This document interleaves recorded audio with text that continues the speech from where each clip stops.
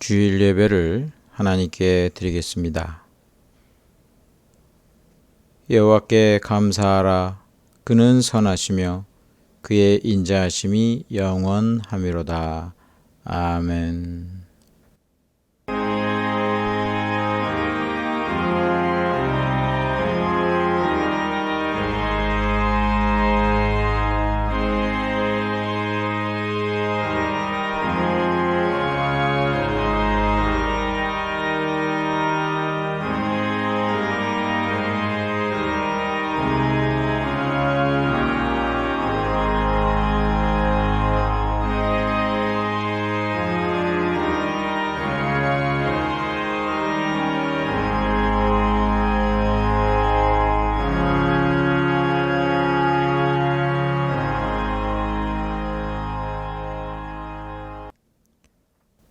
사랑과 은혜가 풍성하신 아버지 하나님, 저희들 하나님의 귀한 자녀로 삼아주시고 하나님을 아버지라 부르게 하시며 이 시간 예배드리게 하시니 감사를 드립니다.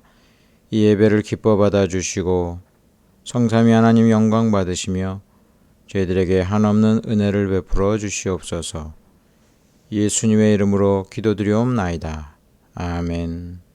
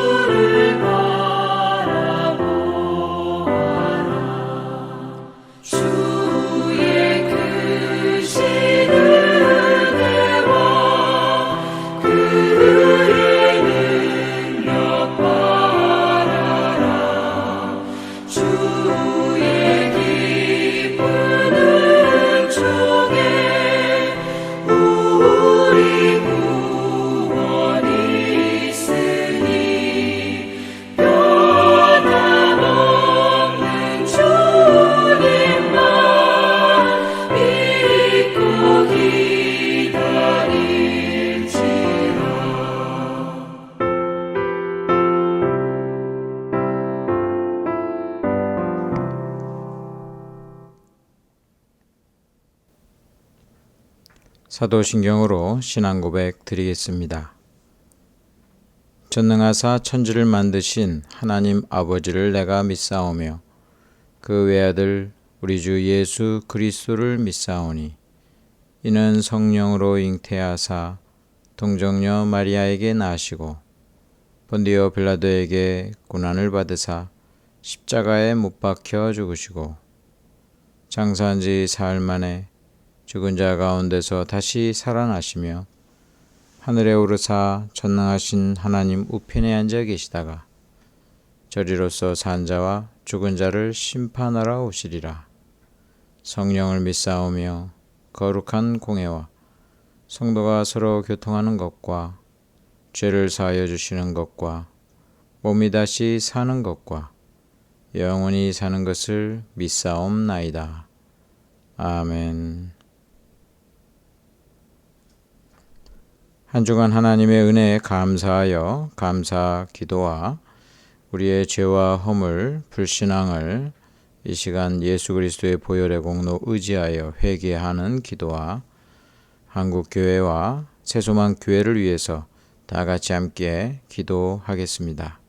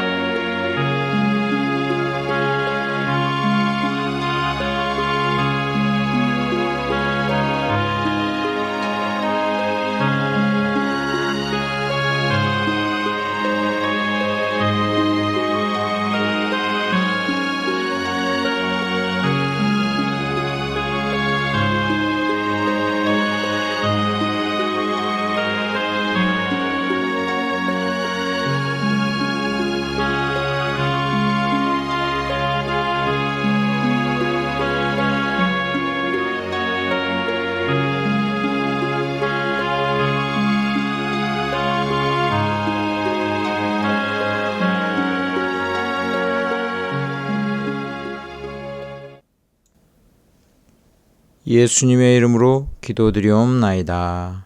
아멘. 하나님의 말씀은 데살로니가전서 4장 1절에서부터 8절 말씀입니다. 신약성경 331쪽 데살로니가전서 4장 1절에서 8절 말씀 봉독하겠습니다.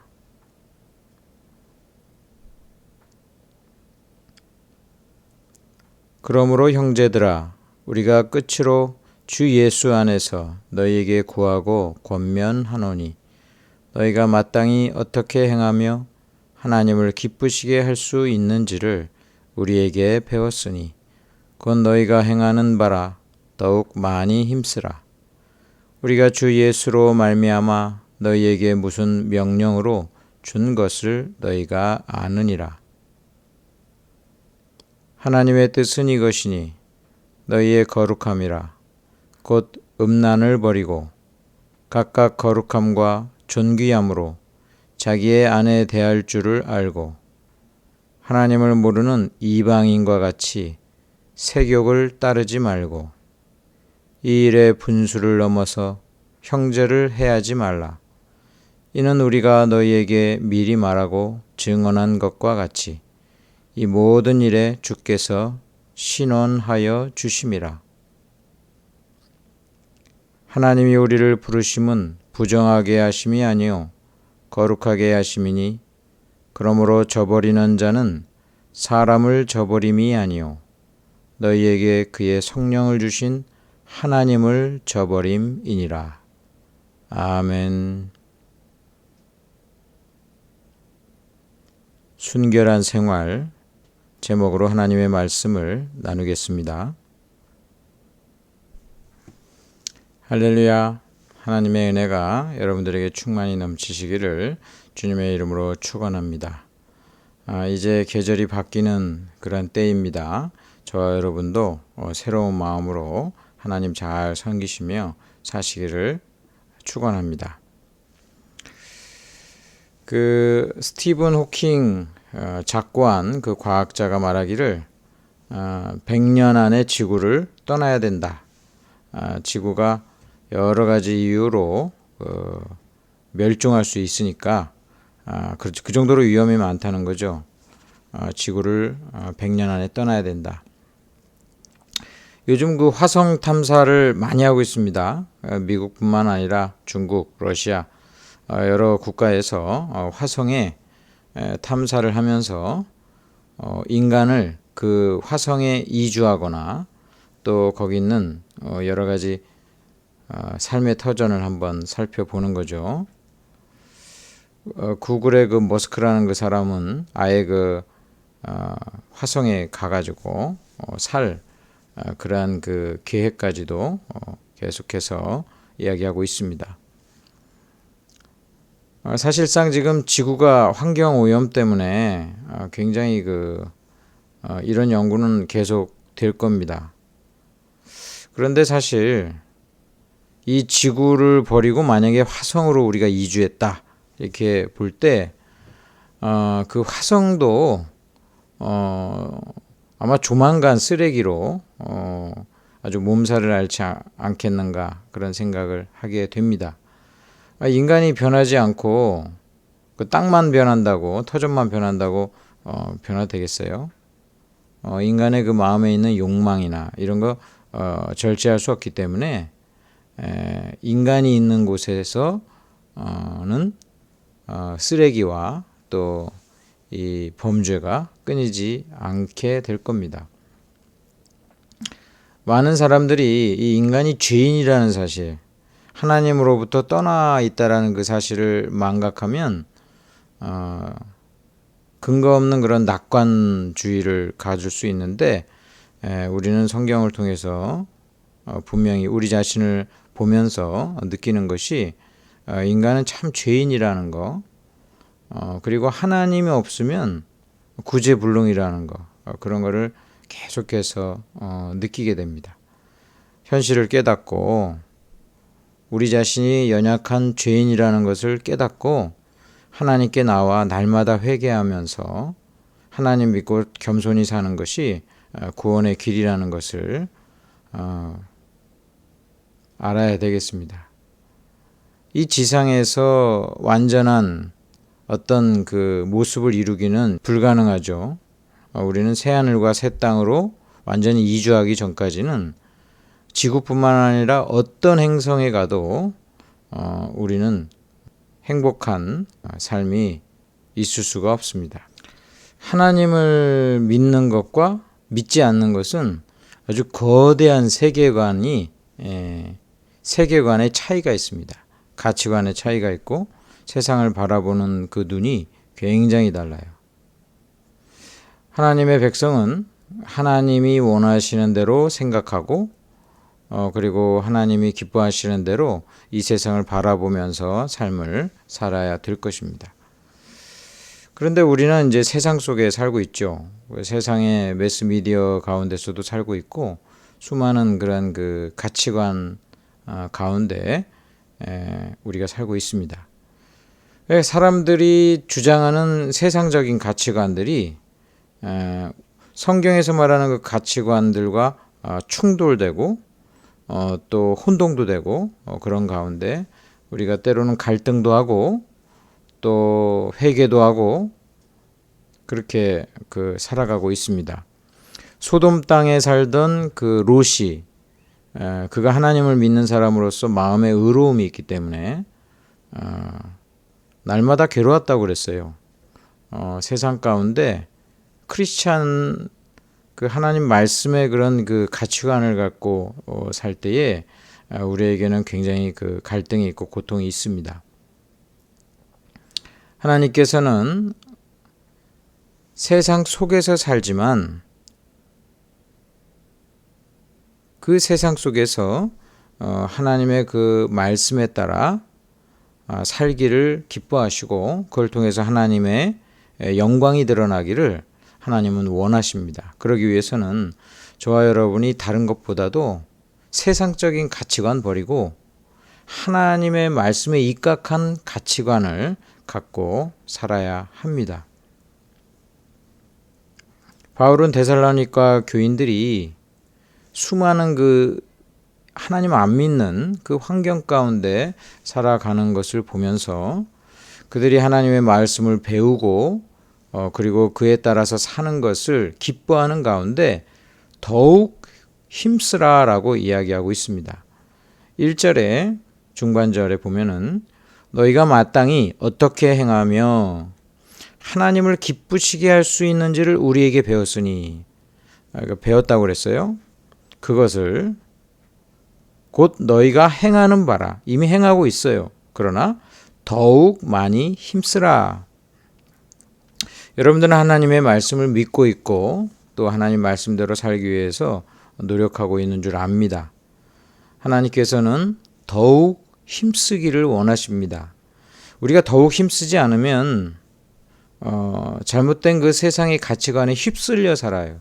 그럼 잘못된 세상의 가치관에 휩쓸려 살면 이제 하나님이 원하시는 대로 세상을 또는 내 자신을 바라보지 않고 세상의 가치관을 가지고 내 자신을 보게 되어 있어요. 그러면 불행하게 느껴지고 또 이게 세상적인 것을 추구해야 되는 그런 마음으로 흘러요.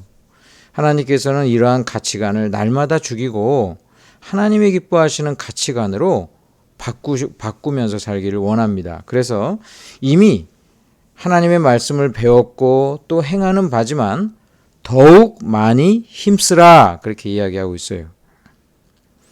마땅히 행할 바 진리대로 살아야 되는데 그 진리대로 사는 것이 하나님을 기쁘시게 하는 것이고 그 기쁘시게 하는 그 삶을 위해서 힘쓰며 노력해야 된다는 것입니다. 사실상 그 기독교적인 가치관, 그 성경의 가치관은 하나님의 말씀이니까 당연히 진리일 뿐만 아니라 이 세상에 우리가 살면서 가장 그 적합한 말씀들이에요. 그 말씀대로 살면 우리가 행복하고 보호받고 죄에 빠지지 않고 그리고 하나님께 영광 올려드릴 뿐만 아니라 우리의 마음과 영혼도 평강 가운데 살게 됩니다. 하나님 말씀대로 사는 것이 참 복된 것인데 그러나 이 세상의 수많은 가치관들이 우리를 매일매일 가르칩니다. TV를 통해서 언론을 통해서 사람들의 어떤 여론을 통해서 분위기를 통해서 계속 우리를 가르쳐요.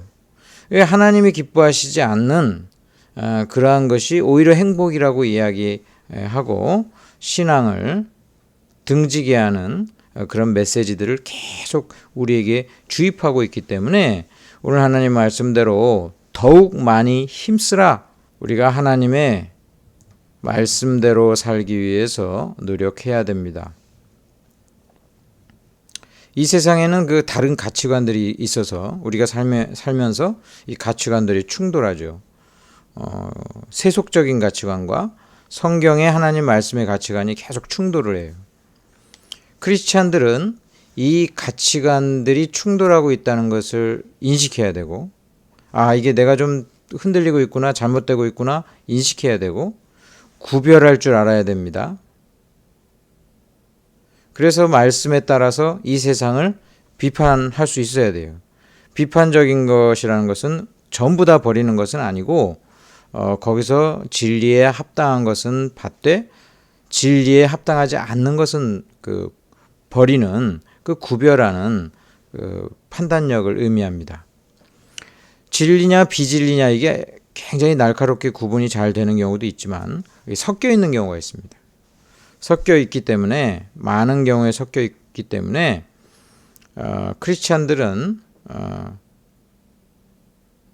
세상 사람들과 똑같은 일을 해도 결정적인 순간에서는 달라질 수도 있고 세상 사람들이랑 똑같이 사는 것 같아도 다른 목적을 위해서 사는 것입니다.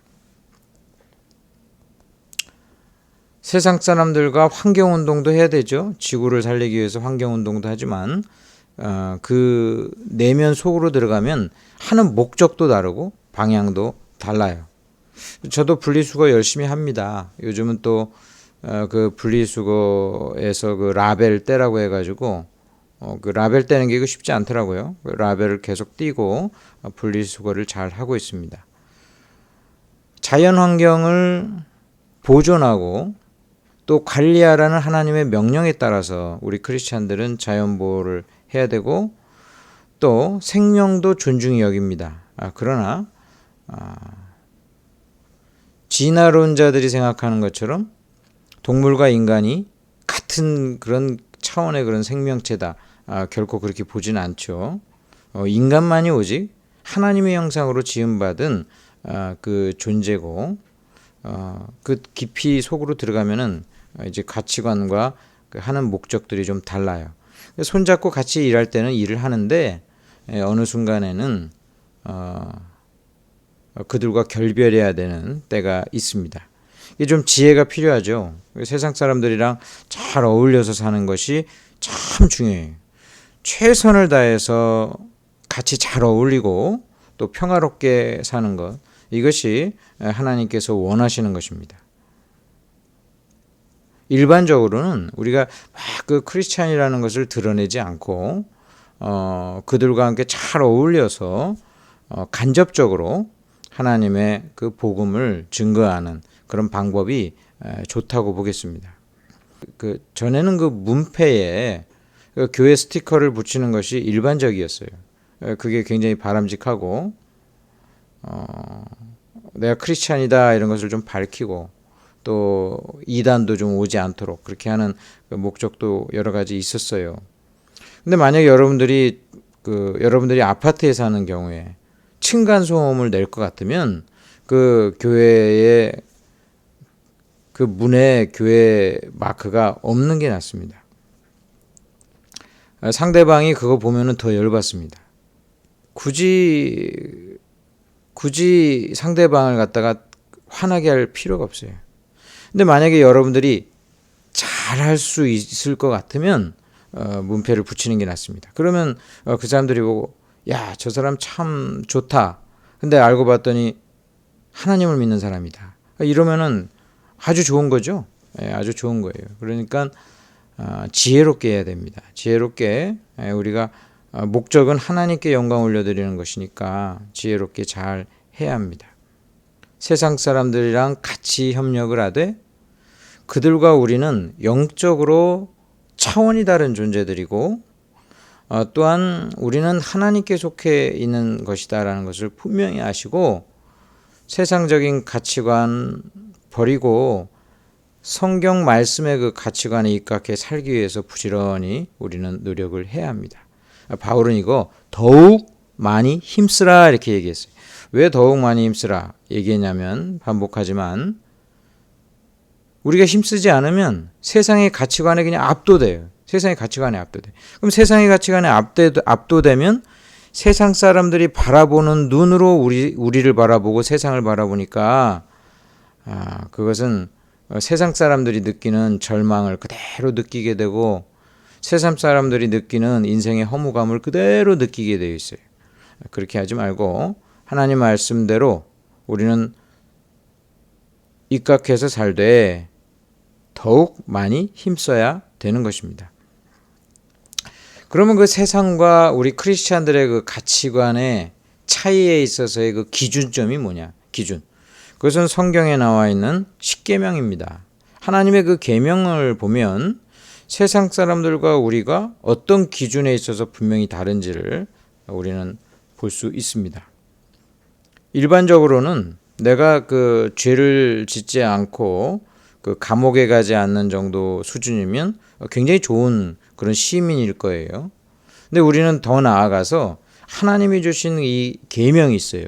10가지의 십계명, 이 십계명이 바로 세상 사람들과 구분되는 하나님을 기쁘시게 해드리는 그 계명입니다. 오늘은 그 중에 하나가 바로 7번째 계명인 간음하지 말라랑 연결이 되어 있습니다. 간음하지 말라. 본문에서 하나님께서는 우리가 거룩한 순결한 삶을 살기 원하시고 음란을 버리라 이렇게 명하고 계십니다.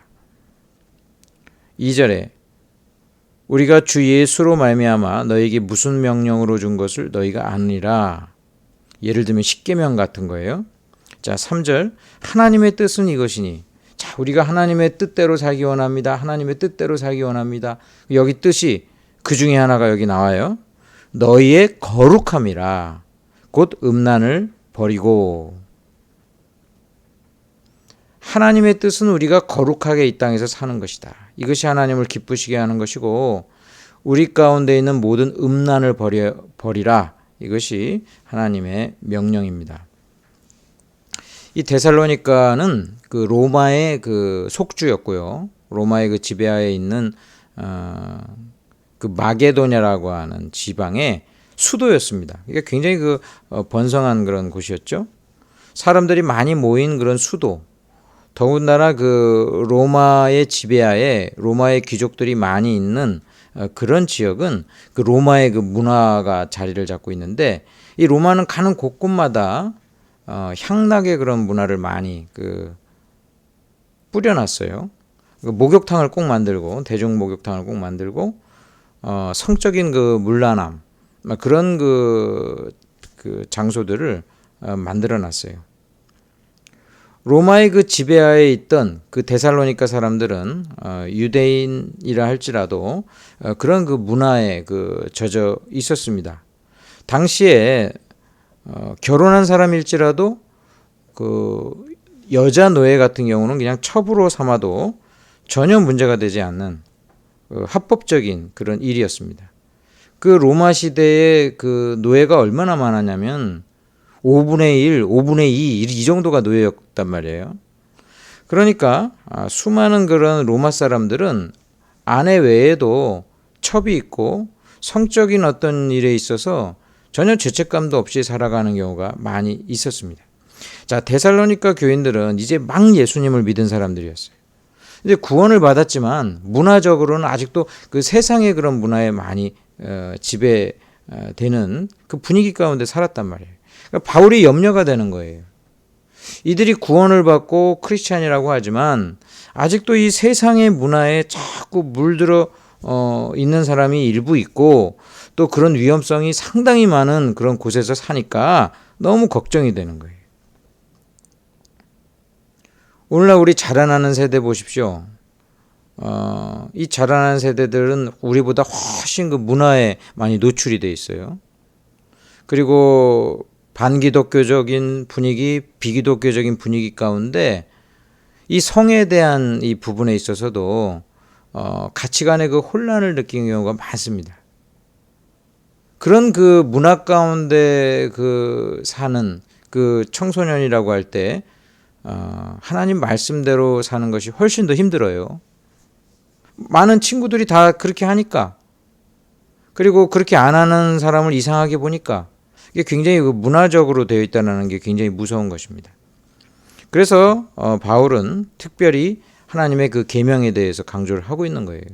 하나님이 기뻐하시는 것은 하나님이 주신 계명을 지키는 그 삶인데 그것이 바로 거룩한 삶인데 그 거룩한 삶을 위해서 음란을 버려라. 세상 사람들이 하는 것처럼 살면은 안 된다라는 것입니다. 5절에 하나님을 모르는 이방인과 같이 세욕을 따르지 말고 이 간음이라는 거 이거는 결혼 외에 모든 성적인 관계 이런 것은 다 간음이라고 할 수 있죠.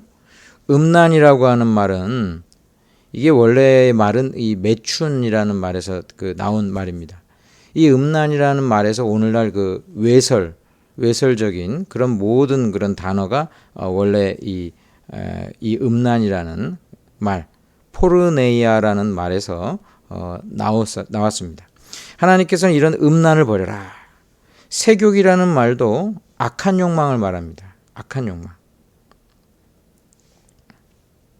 이것은 건강한 어떤 성적인 욕망이 아니라 왜곡되고 또 하나님이 원하시지 않는 그러한 욕망들, 부부의 그 결혼의 그 관계를 벗어난 그런 모든 욕망이나 행위들을 의미합니다. 그래서 하나님께서는 음란을 버려라, 세욕을 따르지 말라. 이것은 단순히 이래야 거룩하다 이게 아니라 이렇게 살면 불행해집니다. 불행해져요. 본인뿐만 아니라 많은 사람들에게 엄청난 피해와 파급력을 미치는 죄가 이 성적인 이 부분의 그 죄입니다. 여러분, 다윗이 성경에서 그렇게 하나님 잘 믿는 사람이고 하나님이 다윗을 얼마나 사랑했는지 몰라요.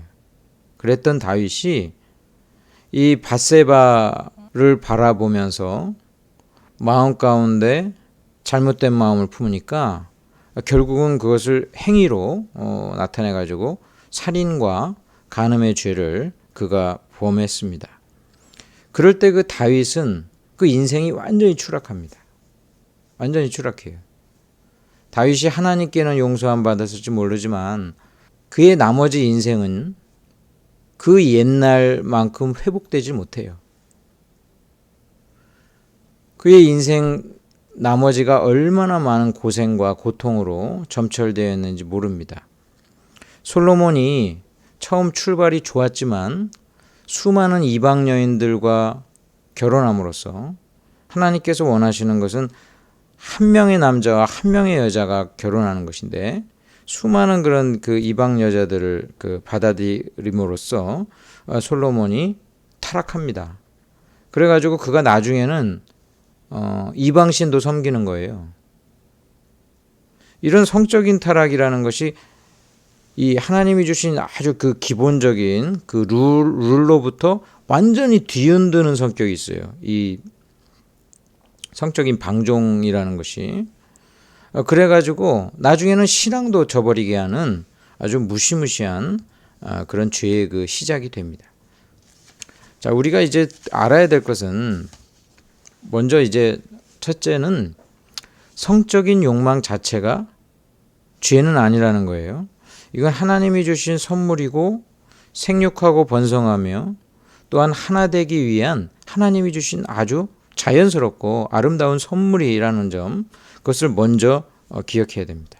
이거 자체를 죄악시 여기는 것도 성경적이진 않아요. 세상과 완전히 떨어져 살려는 그런 욕망,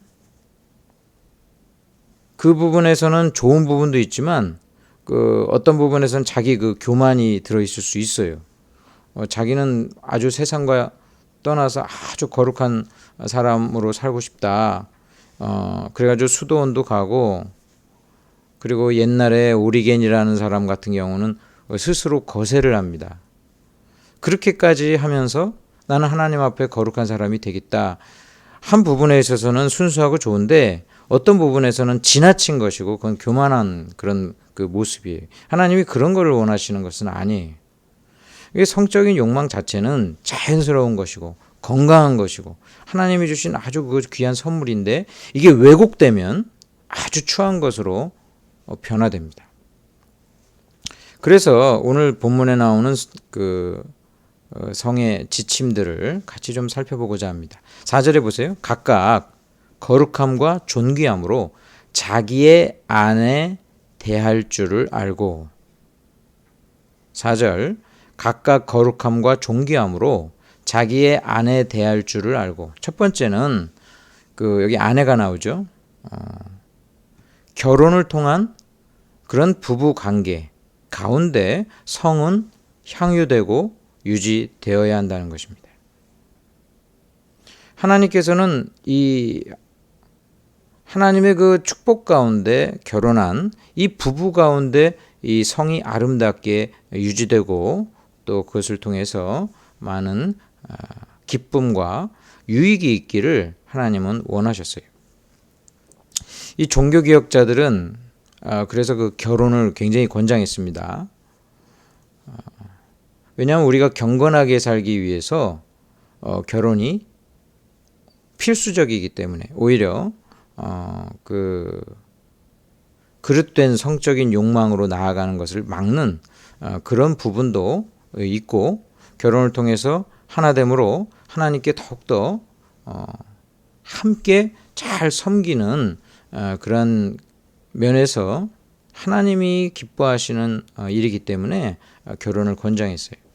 종교개혁자들은 그 배우자가 자신의 그 배우자가 사망한 경우에 대부분 재혼을 했습니다. 그래서 언제든지 남녀가 결혼을 통해서 하나님을 잘 섬기는 그런 성경의 그 예를 굉장히 실천했어요. 이 종교개혁자들이 배우자가 죽으면 얼마 안 돼가지고 자꾸 재혼한다고 해가지고 당시에 그 수도사들이나 이런 사람들이 막 욕했어요. 뭐 이렇게 그냥 그 이성을 좋아해가지고 결혼을 하냐. 그런데 그것이 오히려 그릇된 그런 그 잘못된 그런 모든 것들을 차단하고 오히려 하나님을 잘 섬길 수 있는 것임을 그들이 알았기 때문에 오히려 재혼도 권장하고 그렇게 했던 것입니다. 결혼을 통해서 부부관계, 아름다운 부부관계를 유지하라는 것이 전제됩니다. 자, 그 다음에 여기 이 부부관계를 한번 보세요. 거룩함과 존귀함으로 대하라 그렇게 이야기하고 있죠. 이 거룩함과 존귀함, 이건 존경으로 대하라는 거예요. 이 부부 관계가 상호 존중해야 된다는 거예요.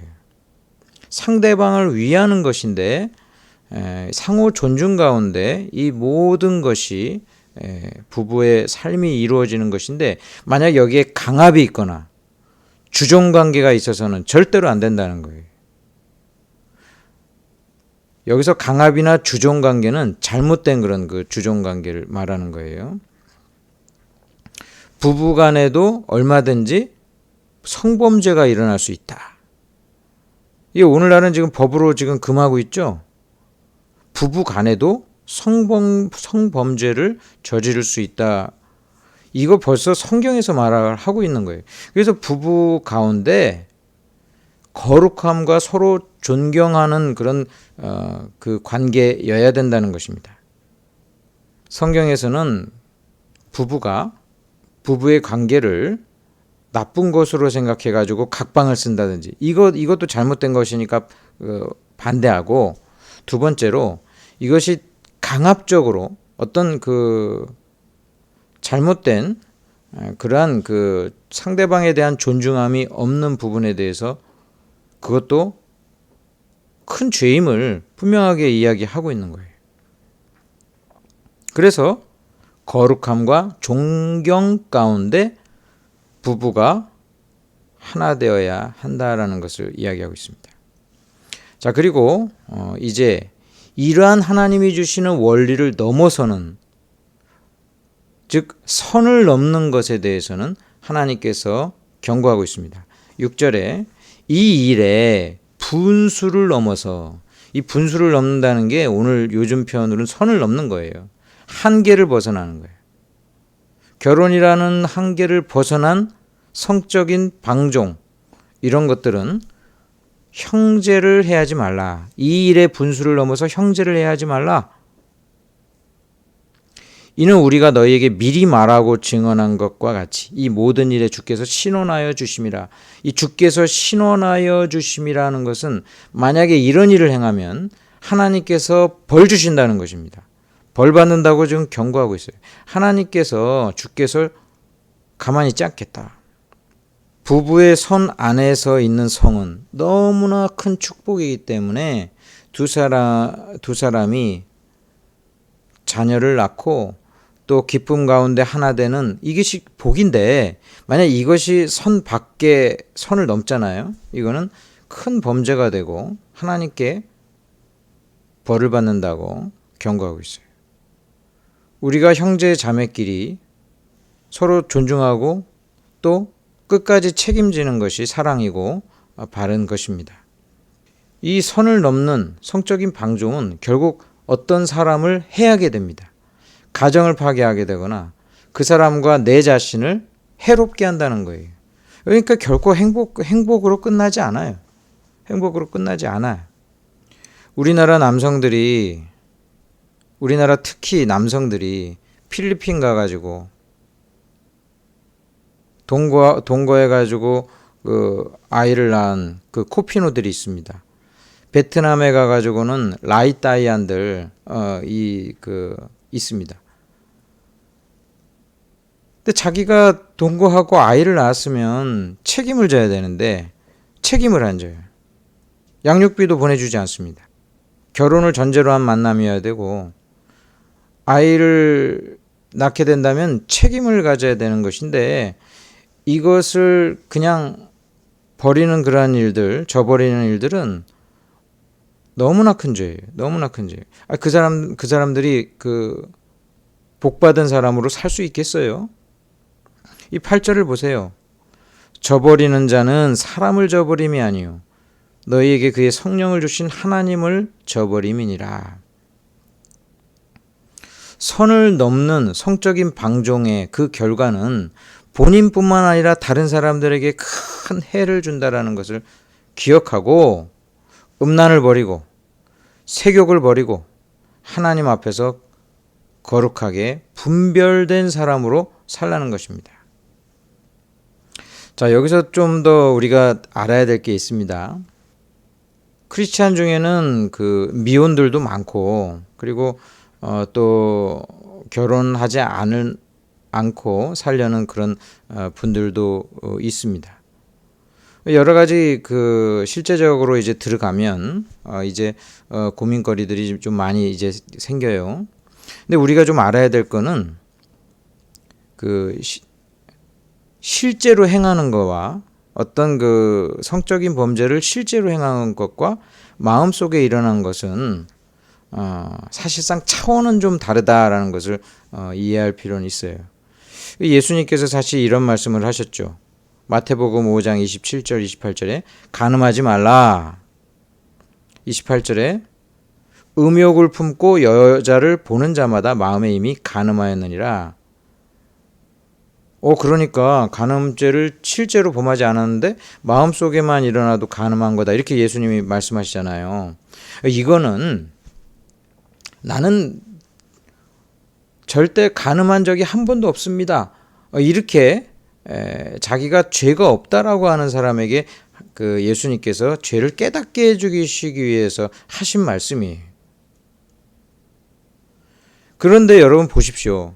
마음속에 간음한 거랑 실제로 행한 간음은 천지차이에요. 천지차이. 그 결과가 천지차이에요. 천지차이. 그러니까 다양한 그런 변수가 있지만 이 기준을 가지고 판단해야 돼요. 그래서 결혼하지 않은 청년들 경우엔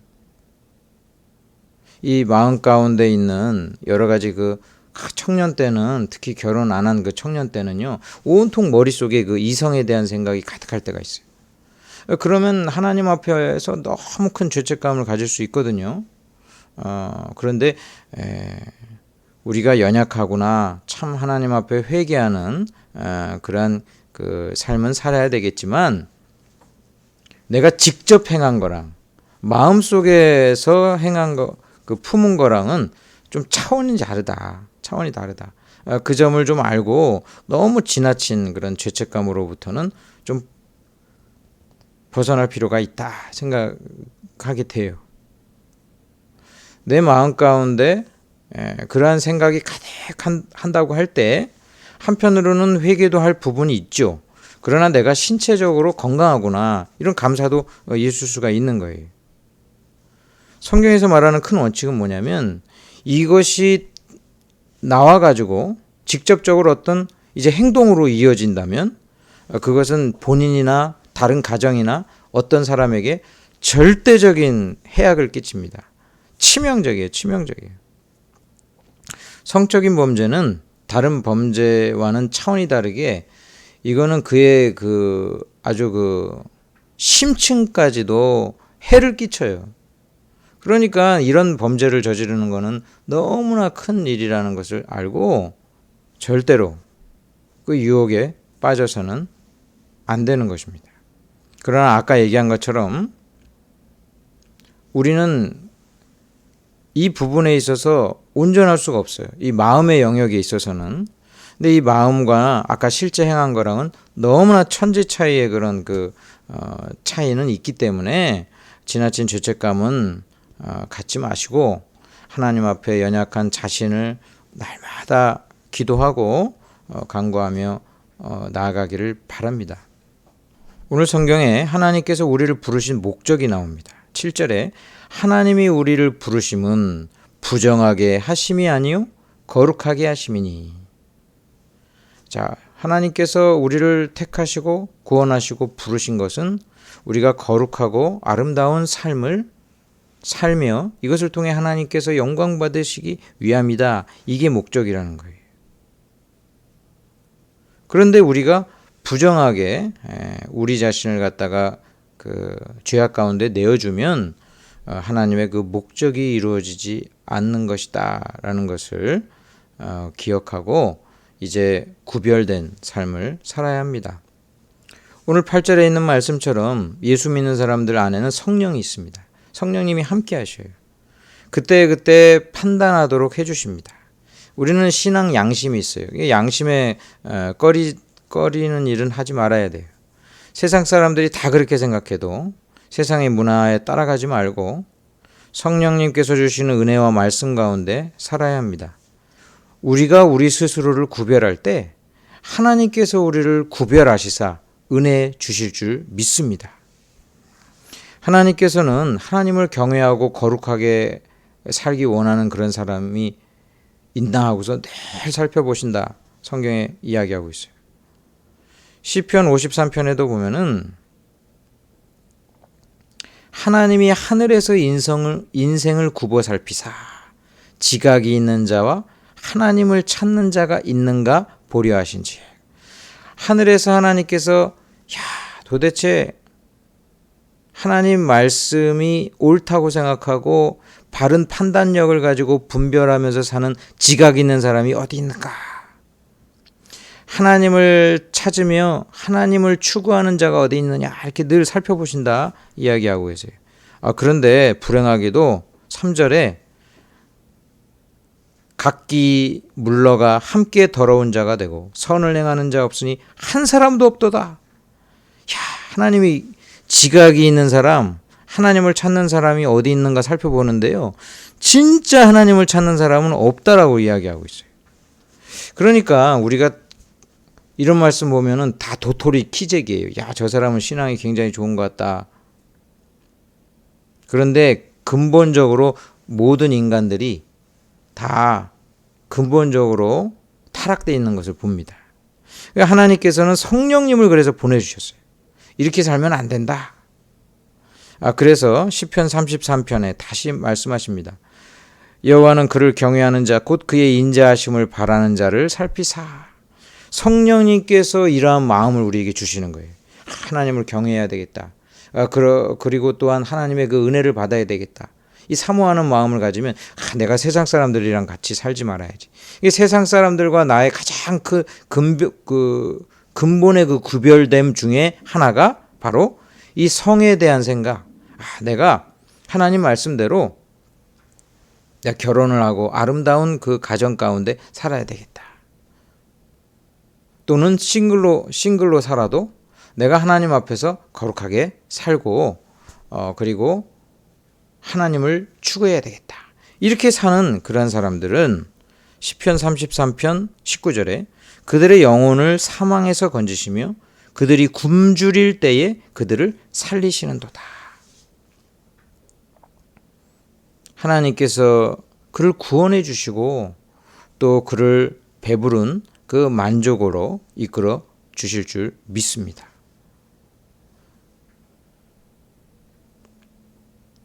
여러분, 하나님의 그 율법의 울타리 안에서 하나님이 주신 복을 충만히 누리시길 바랍니다. 그러나 그 선을 넘어서면 그 순간은 우리와 다른 사람에게 해를 주고 파멸을 가져온다는 거 잊지 마시고 이 경고를 하나님의 그 말씀을 우리 마음에 새기시길 바랍니다.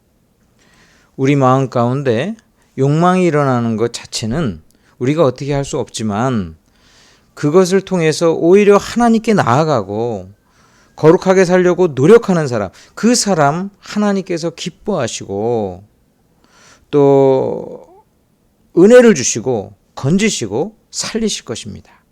이러한 은혜가 저와 여러분에게 넘치시기를 주님의 이름으로 축원합니다. 우리 함께 기도하겠습니다. 이 시간 하나님께 기도하되 아버지 하나님 주신 귀한 은혜를 누리며 살되 이 땅에서 지켜야 될 그 선 안에서 구별된 삶을 살게 해달라고 우리 이 시간 다 같이 함께 기도하겠습니다.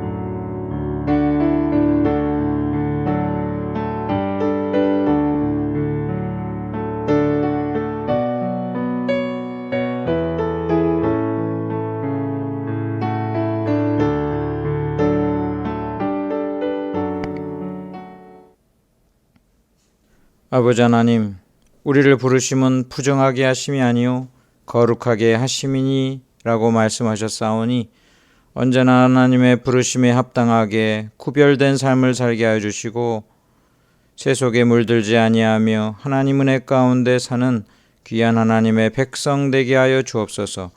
예수님의 이름으로 기도드리옵나이다. 아멘.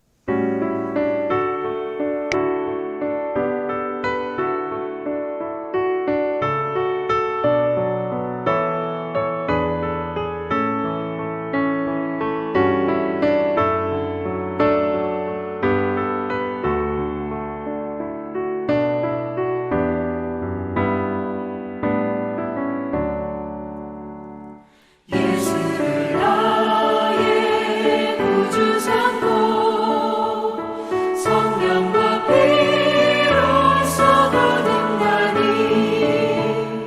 이 세상에서 내 영혼이 하늘의 영광 누리도다. 이것이 나의 간증이요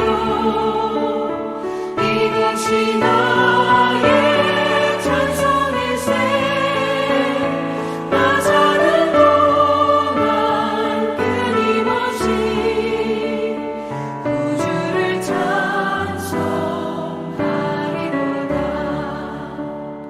온전히 주께 맡긴 내 영 사랑의 음성을 듣는 중에 천사들 왕래하는 것과 하늘의 영광 보리로다. 이것이 나의 간증이요 이것이 나의 찬송일세. 나 사는 동안 끊임없이 구주를 찬송하리로다.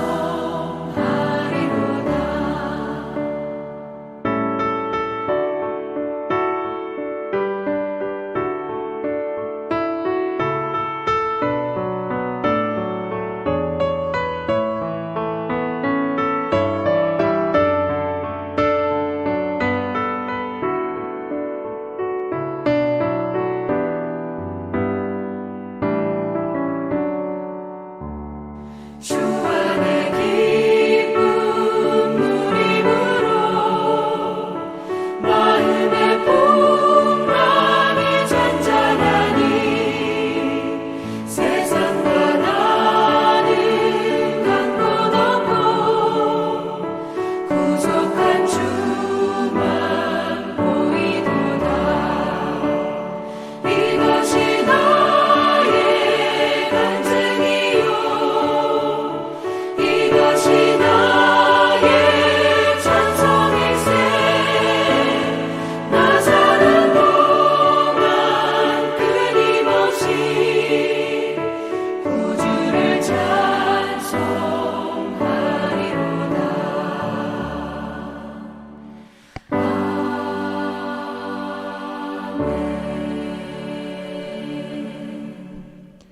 아버지 하나님의 크신 사랑과 은혜를 감사합니다.